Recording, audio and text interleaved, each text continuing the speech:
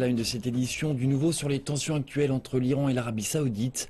Le président iranien a déclaré mardi dernier que l'Arabie Saoudite ne pourra jamais effacer son crime, à savoir l'exécution du dignitaire chiite Al-Nimr, en rompant les relations diplomatiques avec Téhéran. Lors d'une réunion avec le ministre danois des Affaires étrangères, Christian Jensen, en visite dans le pays, le président iranien Rouhani a déclaré que les autorités saoudiennes n'auraient pas dû répondre aux critiques du chef religieux chiite Al-Nimr en l'exécutant sommairement.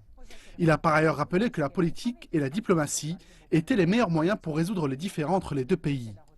Le président iranien a également ajouté que la situation critique dans laquelle toute la région est plongée nécessitait une coopération pour combattre le terrorisme. Le même jour, un porte-parole du gouvernement iranien avait dénoncé l'attaque contre les missions diplomatiques saoudiennes en Iran. Il a par ailleurs indiqué que les agences de renseignement iraniennes menaient actuellement les enquêtes sur ces incidents.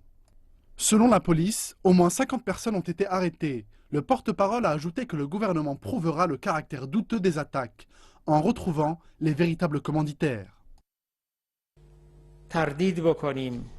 Nous avons des doutes sur les personnes qui se cachent derrière les attaques condamnables de l'ambassade et du consulat d'Arabie Saoudite.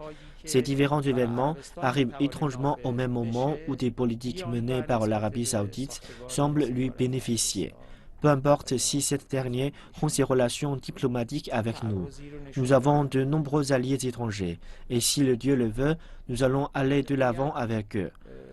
Néanmoins, nous devons nous assurer que l'Arabie Saoudite ne répande pas sa propagande en déclarant notamment que les raisons qui l'ont poussé à rompre les relations étaient dues au manque de sécurité en République islamique d'Iran, ce qui est un pur mensonge.